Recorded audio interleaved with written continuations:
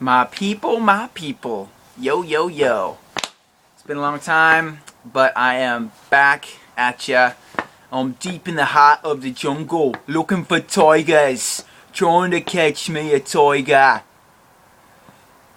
Actually, I'm back home in America.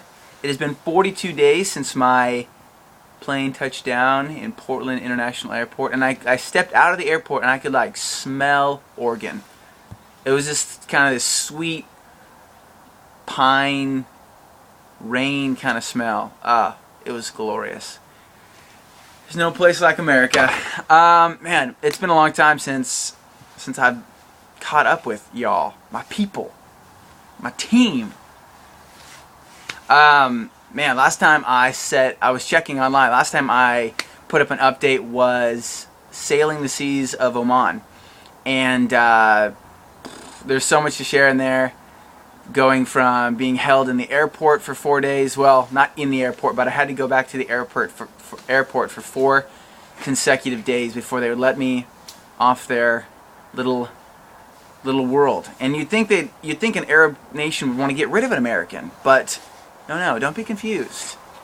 Nay, they wanted to keep me prisoner, captive, ransom. But finally they let me go. Part of it was my fault. Like one day I showed up on the wrong day. That's on me. And if I would have had enough money in my bank, I could have purchased the additional ticket they wanted me to.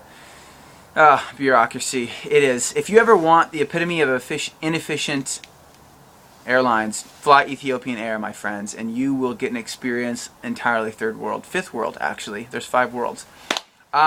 So I just kind of wanted to like wrap up my whole experience. I went dark for 42 days. I was just laying low, gathering up my mental juices, and so I haven't really posted anything since then. But I wanted to kind of finish up with some thoughts. I just want to say thanks to everyone. Like I was gone 6.5 months. I left late January and I got back mid-August, and just thank you guys for joining with me. Some of you would randomly send me like notes on Facebook or an encouraging word, or you'd be praying for me, or some of you I would talk on Skype to, and just being able to connect with you across the world and being able to pray together, or some of you randomly sent me money, which was awesome. And right when I needed it, at like pivotal moments, sometimes I would get a deposit in my account, and so, or just others of you would follow my stuff on Facebook and just leave comments and interact with me, or just watch my videos.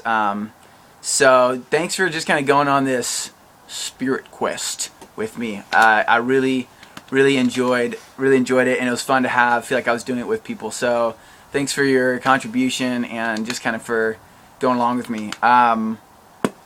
Shekinah glory. So wham bam, thank you, Jesus. I am done with the trip and wrapping up that chapter of my life. I was just walking this morning and thinking, man, I haven't thought about how beautiful it is to talk to people in English and not have to worry about translating or converting into 3 different currencies before I understand the price of a bag of chips, or having to struggle with the waiter to converse in English, Hindi, English, Englandy, to try and get an order in. So, man, there's so many benefits of being back in America. I think if I were to kind of wrap up my trip in a simple, if I were to look at it and say, man, this is kind of what I got, it was, I really wanted to experience God when I went, but especially in finances. Like I've always had what I needed, but it didn't always feel like it came from God, even though God totally provided. Sometimes it felt like it came from family, or it just came from my parents. And so on this trip, I really wanted to be able to experience, like, man, God provides. God, you've got my back. Because I could look at my life and probably say before, like, God, I don't necessarily really trust you. I'm not 100% sure that you've got my back in any situation. And after going on this trip, the 6.5 months, I would say that muscle, that strength has grown where I can now look at my life much more and say, God, I believe you're going to show up, that no matter what, whatever I'm in, wherever I'm going, whether I need money or a plan or a place to stay or an encouraging word, you're going to show up and you're going to meet me and you're going to make it happen. And I don't believe that 100% yet, but my experiences of the last 6.5 months have built this kind of core foundation in me of like, you know what, I can just go for it. I can go all out and God's He's gonna make a way. And so like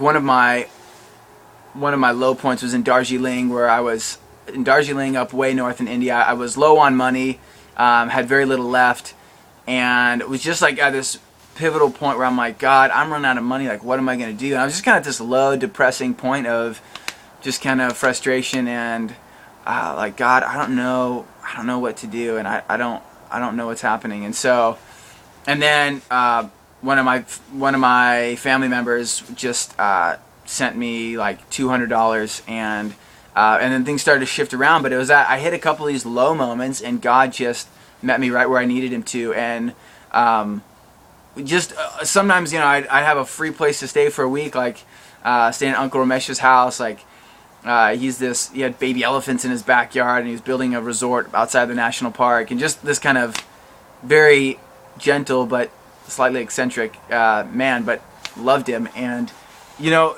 God just kind of showing up and providing. And so I think that's the big one, is I can look back and say, you know, I still had times where I felt like, God, you're not showing up the way I wanted you to, or the way, you know, I feel like I have to run back to mommy and daddy for money, when the whole point of this trip is to step out and to see you provide for me, detached from everything else. But so still working it out, I guess. But overall, I feel like, yeah, God, no matter what, God has my back. And it's as the Indian proverb goes, in the end, it will all be okay.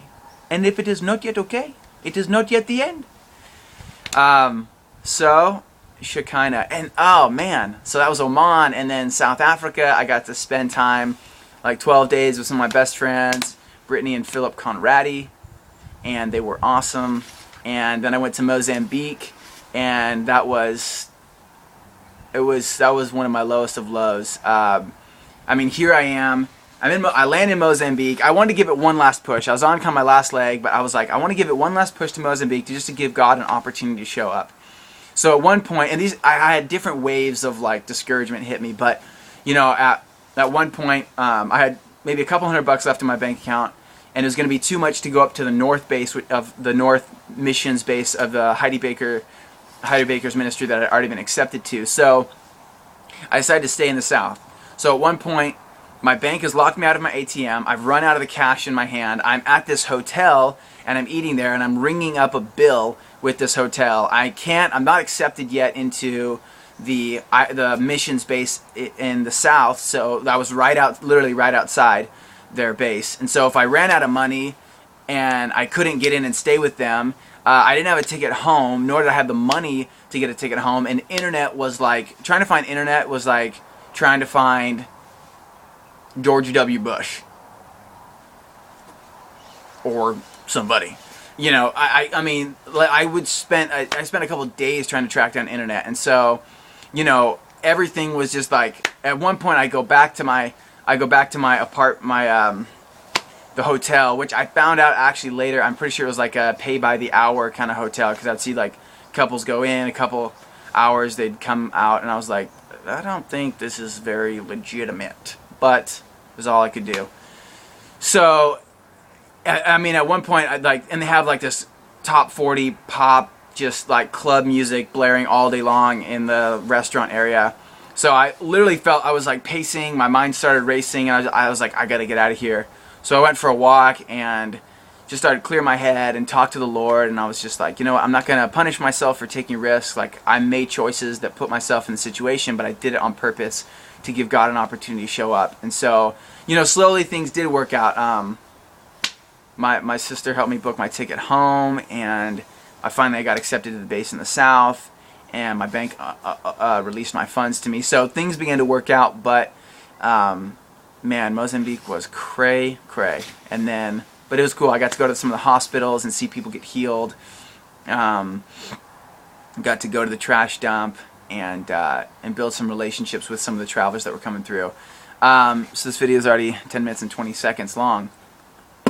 But, you know, so now I guess it's like, all right, what next? And this last month, I've been helping my family get the house ready to sell. I've been working on projects, planting trees, prepping the trim to be painted, trying to get the lawn ready to be reseeded, just you name it, I'm doing it. Swinging a hammer like a boss. And so I guess the future looks like I really now want to kind of build into my financial future. I'm going to Financial Peace University. I really am, actually. It's not a university, it's a class. But it's by Dave Ramsey. It's super awesome. He's a Texan, which makes it so much more hilarious to listen to him talk. But he's got some good stuff to say. And, drum roll please, I got a job for, I think it's Robbins Research International, or Tony Robbins' company.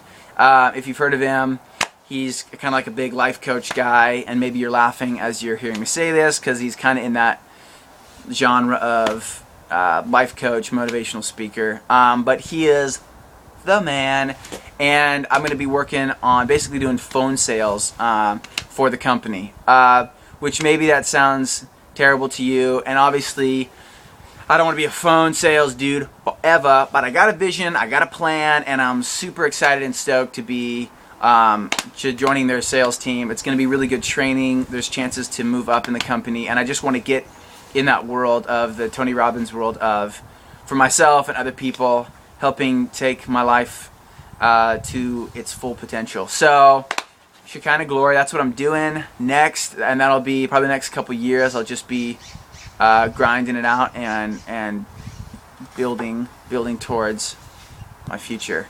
And so with that, my beautiful cyber community, I love you. A special thanks to my international logistics coordination team, which consisted of Lynn Sieber and Amy Rollins, for being my Siri and helping me always buy tickets and figure everything out abroad. You guys are awesome. A special thanks to my prayer team and my one of my head prayer intercessors, Aunt Melinda Jean Berry, who carried my prayer beads for 6.5 months. Of course, to my mother and those others that prayed for me. Those are the big ones. And my financial supporters, which shall name anonymous, but entirely essential. So until further ado, I say goodbye, or we say good chapter, and we shall meet again. I will in the future do more writing, do more video blogs, and I will probably, no promises, so don't hold against me, I'll probably shoot up some past videos of things that I did along the way.